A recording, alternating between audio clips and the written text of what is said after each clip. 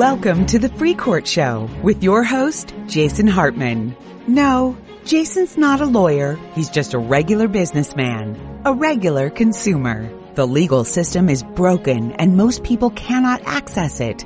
Jason and his powerful guests are here to help level the playing field so that you, the consumer, can better understand your rights, have options and recourse, and listen to the experts explore new products and services so that you can be an empowered citizen in the system. And now, here's your host, Jason Hartman.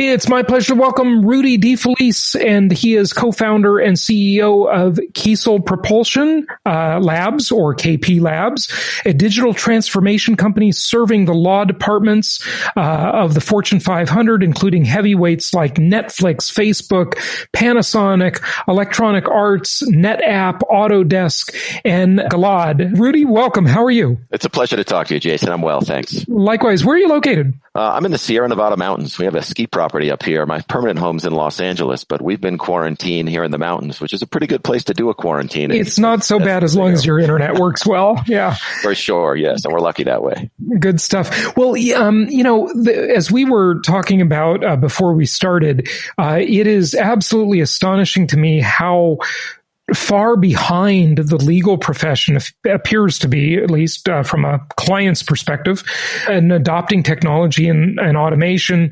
and not just the profession, but the court system itself, the government component of it.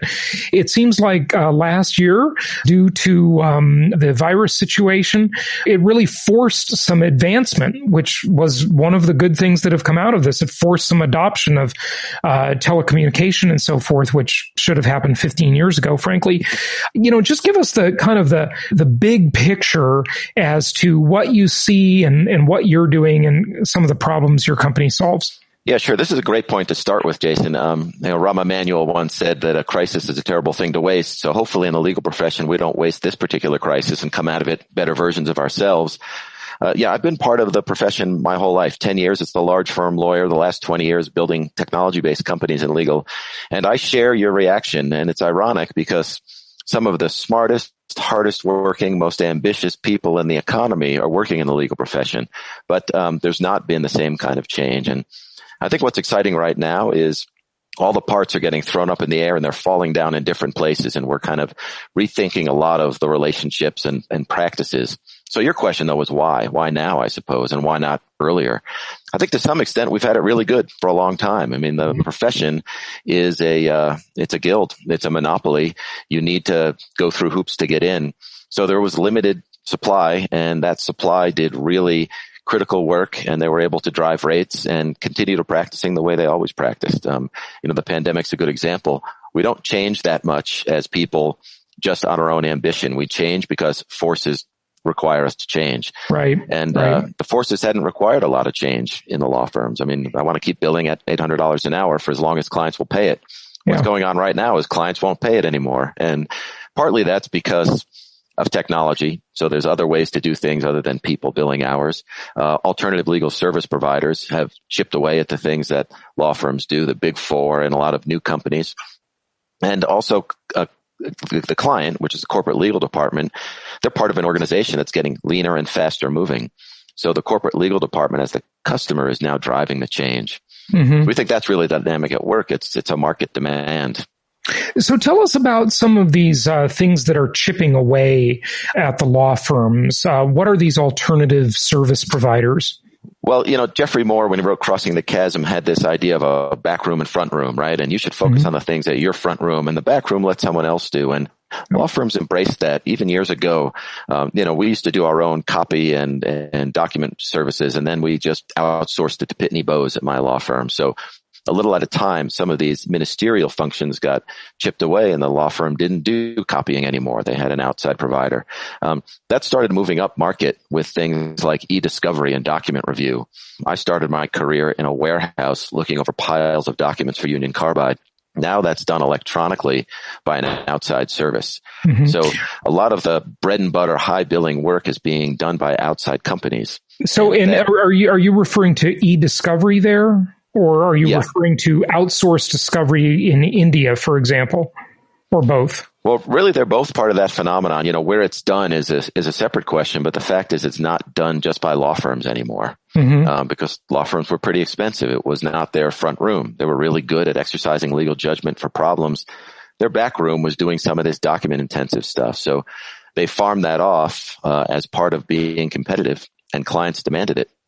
So, now alternative legal service providers have kind of crept up the food chain a little bit, and they don't want to just review your documents and put it in an e-discovery database. They want to start doing other things that law firms used to do. And, that phenomenon has affected pricing and has affected firms' kind of bread and butter stuff. If you think of a law firm as a traditional, triangle shaped organization with a lot of low priced people at the bottom, when those jobs get sent out to third parties or to technology, firms have to start moving faster, but it's an advantage to the customer. Sure. And what are some of the other things they're doing as they're kind of moving up that food chain? Discovery is a good sort of logical thing to outsource because it's such a pain, number one. And the e-discovery systems like Relativity or Disco and so forth, I mean, these are pretty expensive systems, frankly. Legal services are just expensive.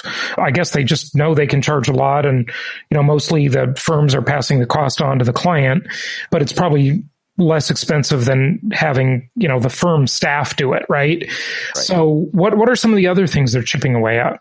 Well, both law firms and corporate legal departments are using outside people to manage and organize contract and document collections, to do searches for things, kind of like an outsourced librarian kind of thing. There's document preparation sometimes, there's dealing with the complexities of multi-district litigation and class action. So building systems to make the information flow more seamless and automated response to certain documents by certain dates. So really, it's just kind of this relentless march up the ladder towards things that we used to have people do. And, pretty creative people out there, many of whom former lawyers, kind of understand how the system works, have some technology savvy, and, usually you combine those things. Good stuff.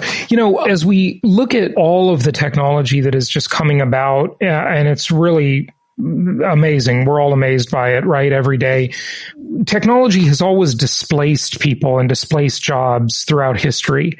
When Elias Howe invented the sewing machine, there was this clamor, and everybody, both men and women, were saying, what will women do with all their spare time? They seem to have figured that out. And then if you look at the Census Bureau, I believe it's the Census Bureau survey in this job tracking, the only job that has really disappeared in the past 100 years or so is elevator operator, because now we operate our own elevators, so we do that ourselves. And, what do you think of when you look at the legal profession and you see AI and you see all this technology? What's going to happen? Give us an insight into that. Yeah, it's a great area of inquiry. And as members of society, we got to think about this a lot. And we do. I'm the CEO of a company that's introducing automation, in a profession where most of my friends are. So I think about this a great deal. You might be putting your friends out of a job. I mean, maybe, right? So here's at least the way I think about it. So usually what machines have replaced is not people, but functions, so we do part of a job that a machine does really well. A person might do other parts of it. So there's a little bit of reshuffling that happens. But there's always been fear that there would be wholesale job loss. What we've seen up to now, I think, is job shifting. We introduced mechanized farming. So instead of 15 people plowing the fields, we have one guy on a tractor. But then we had a bunch of factories where those guys went and built tractors. And what's happened, if you just look at the metrics and divorce the psychology from it, is we've been at or pretty close to full employment since the Industrial Revolution. And right before the pandemic, we had the highest employment in our country's history, and we've also had the most use of technology in our country's history. So there's plenty of jobs, it seems. Now, the nature of those jobs have changed, and some of them have gotten worse probably. So if you can think that robots are going to take over, AI is going to take over, there's no history to support that. So if you look historically, we should be comforted.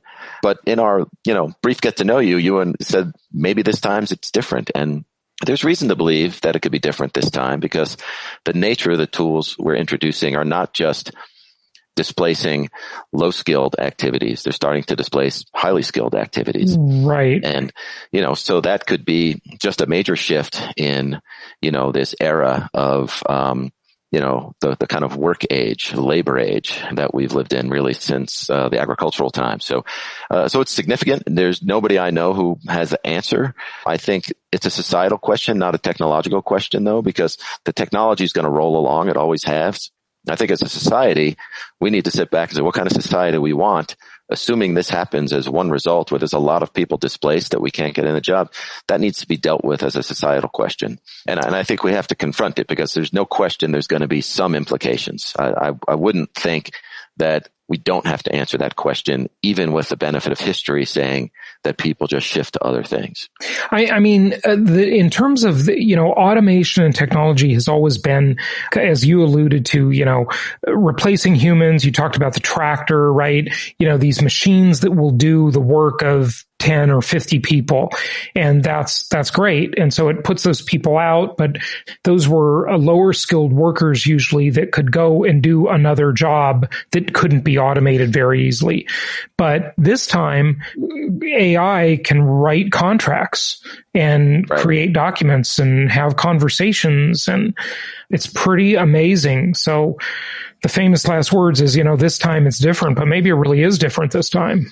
It's possible. I don't know what's going to happen tomorrow, but I can tell you what's happened today. And the combination of the machines that we've been able to introduce along with the people that we're working with in corporate legal departments has created super lawyers and super legal departments. They really are better versions of themselves because it's not just we're doing the old things anymore and the person's gone and the machine's there. We're doing new things. We're doing things that were never done before, where our clients have a level of data access, a level of speed and agility, a level of depth of analysis, data-driven decision-making, business intelligence that wasn't available before. So the hopeful look at this whole thing is that we just do a better job at everything. And that's, the best way to think about it. People and machines together rather than against each other. At least that's what we've seen so far. I don't think we have a single client that's had any headcount loss as a result of anything we've done. But we have seen people say, boy, my life's better. There's a lot less drudgery in it. Even in legal departments, there's a fair amount of drudgery. And I can see people saying we can do stuff we've never been able to do before. Some of the frantic elements of our life is gone. And, now we can rely on credible information in streamlined systems that make our interactions better. And boy, I can tell you, if we had this pandemic 15 years ago, we wouldn't have made it as a society or as an economy. And the fact that we have gone through this digital transformation in this information age has enabled us to be a lot more resilient.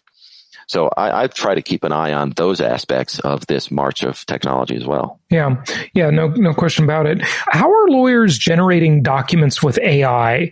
I mean, is the computer, is the machine writing the document? Will it write a contract, a settlement agreement?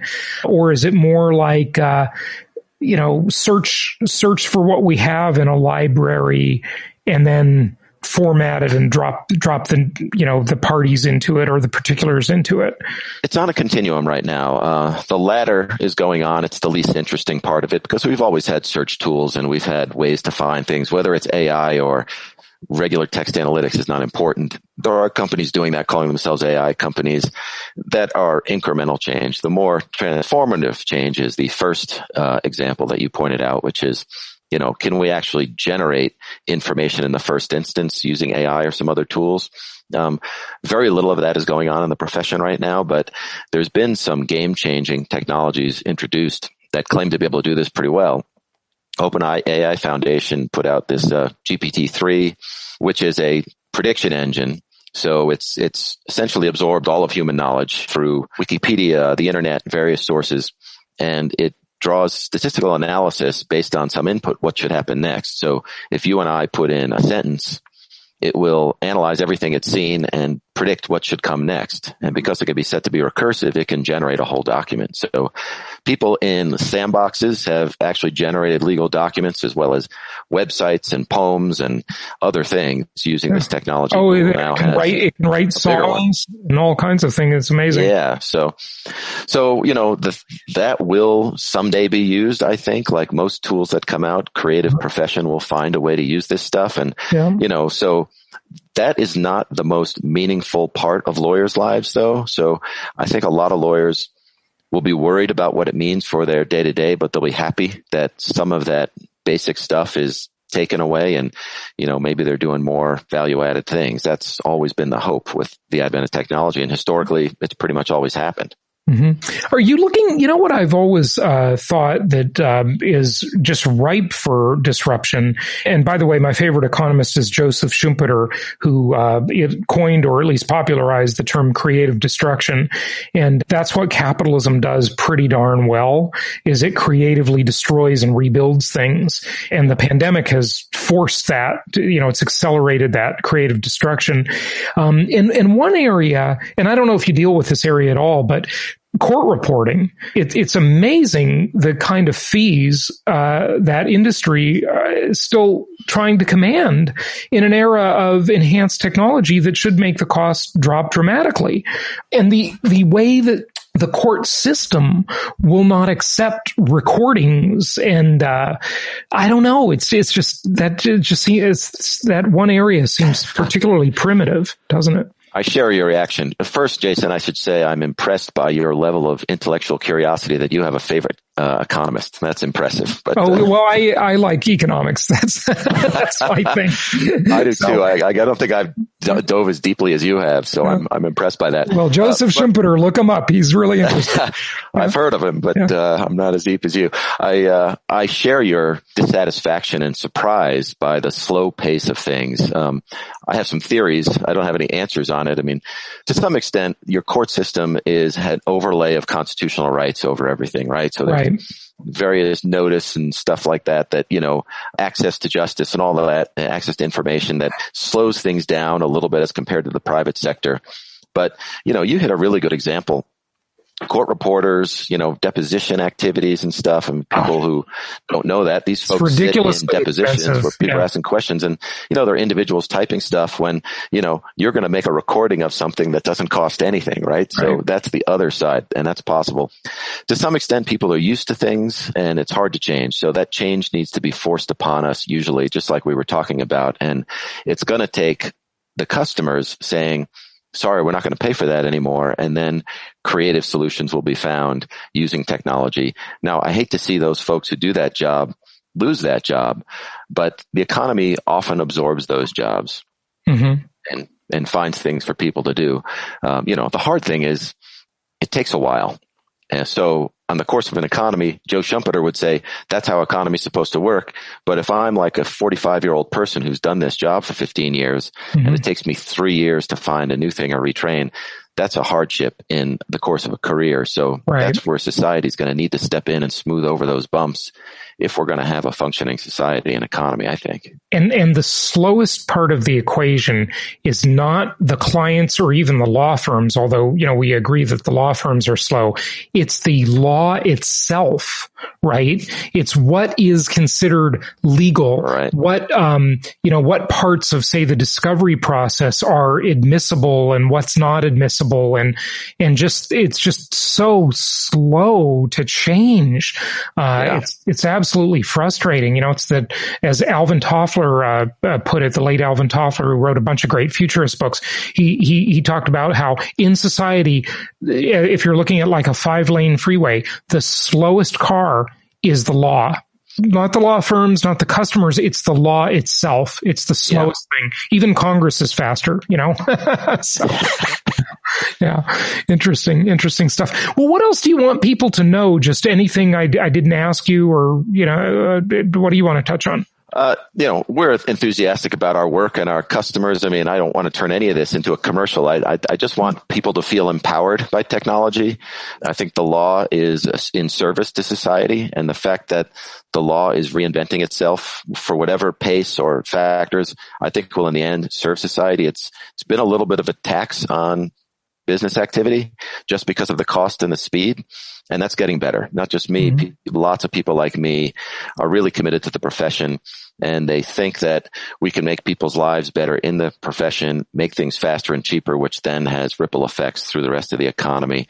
And it's a big part of American competitiveness. We do look somewhat critically at our legal profession because, we're in it. So you're self-critical oftentimes. But if you think of one of the engines of American greatness, this could get into political things, but the legal system is absolutely one of those things. The certainty, the diligence that goes into it, the talent that's in it. That's a superpower of the American economy. Right. So, I think as we make that better, we just make the country better. So, I'm proud to be part of this work, and I'm grateful that you're diving into it too and teasing out some of these ideas. I think it's important stuff. Yep. I couldn't agree more. Everybody laments, there's too much litigation or this or that, but that's a part of human rights. In a lot of other countries, a lot of things go unresolved because there's not access to the system. But then again, most people don't have access to the system here either because it's become so bloated and overcomplicated. There really needs to be something between getting burned and not doing anything about it, small claims court, and then real court, which is too expensive, So it's a problem. And certainly with COVID, so many cases will come out of this. I mean, the bankruptcy courts are going to be overflowing, the foreclosure courts, I got COVID because this business didn't clean their office right court, it's just going to be insane. So I don't know what we're going to do about it. Maybe while we have a megaphone here together, Jason, we should just say to your audience, let's everybody be a little nicer to each other, be a little understanding. We don't need to litigate all these things. Some things you got to let go. Some things can be worked out, with a session and a handshake, Right. Hopefully that helps a little bit, but you're right. I mean, certainly there's a problem with access to justice. There's a problem with the cost of it.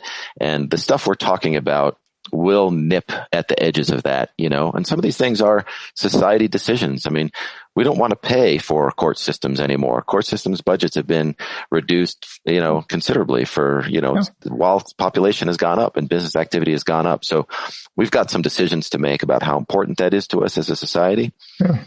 But us as actors in the economy, we can work things out a little better maybe and not wait for systemic change, Yeah, no question about it. I've let a few things go in my life, and I feel better about it, so. No question about that, but it also requires a level of, for lack of a better term, honor and gentlemanliness. Remember that? Yes, let's bring that back. I think that is sadly long gone from society. It's like this whole instant gratification world in which we live has, people just won't have a tough conversation anymore. And that's too bad. It really is.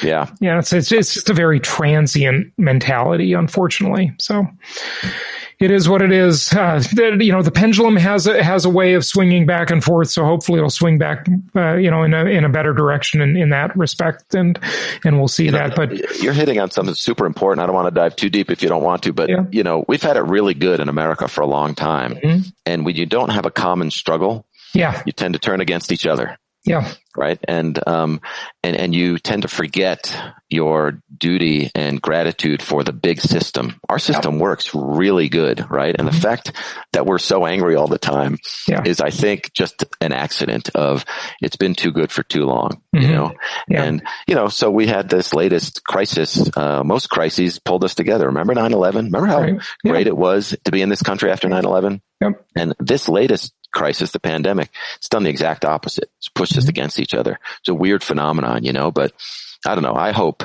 that our countrymen listen to you and take a step back and say, we're part of something that matters and it's important. And that thing gives me a pretty great life, law and order, great infrastructure.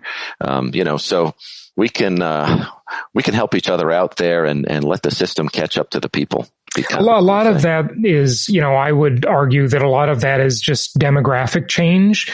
And what I mean by that is if you look at the millennial generation, that is the most catered to generation in world history and human history, right? And so, I hate to kind of pick on millennials, but it's true. They have a high level of entitlement and expectation. And that's been getting worse. I'm sure that the greatest generation said that about their baby boomer kids, right? So, they always, that's every generation says that about the next, right? You have it so good compared to what, I had to walk to school. It was uphill both ways in the snow. It's always that way, but it's become so much more pronounced, right? Never have we had a generation that was carted around to soccer games and all of this stuff and had technology at their fingertips. And we'll see if Generation Z, the pendulum usually swings between generations, right? We'll see how they are. And I hear that they're different. They're not old enough to really know yet, but we'll see, Yeah, you're right. I mean, we could turn this into a whole middle-aged guy rant, but I will say that there's some truth to that. I'm a Gen Xer. So yeah. I will tell you, by the millennials that work for us, at least, what I really admire about them is they do have a set of values, about how they're going to lead their life. And it's very important to them that, we took a stand on social justice issues as a company. It's very important that I had guys not making a lot of money saying, I'm donating a lot of money to these causes. Can the company match us? So we did, they led us to some of these important things, and they're much less focused than I was at their age with material success, Yeah, that is true. No question about it. And they want to do meaningful work too. And a lot of them are really wicked smart too. They're doing all kinds of stuff. They're trading stocks, analyzing their portfolio, it's an interesting generation, and there's kind of a unusual frugality about them too, which is strange in a way, I have great hope. To some extent, I think they've been dealt a bad hand, I think in some ways, but in some ways they've been dealt a great hand, it's mixed. Yeah. And every generation has a mixed bag, so yeah. So this is a long discussion we should have another day. But it's interesting for sure. Definitely interesting. Well, Rudy, give out your website and, wrap this all up for us.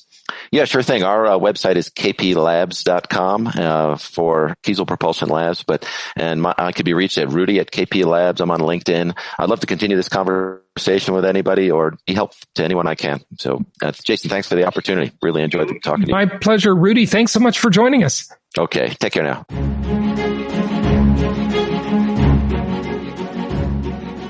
Thank you for listening to The Free Court Show. Be sure to subscribe, rate, and review the show on iTunes or the platform of your choice. You can find the show notes and resources for today's episode at freecourt.com. Remember that guests' opinions are their own and information is of general nature, so be sure to consult appropriate tax, legal, and other professionals for specific advice.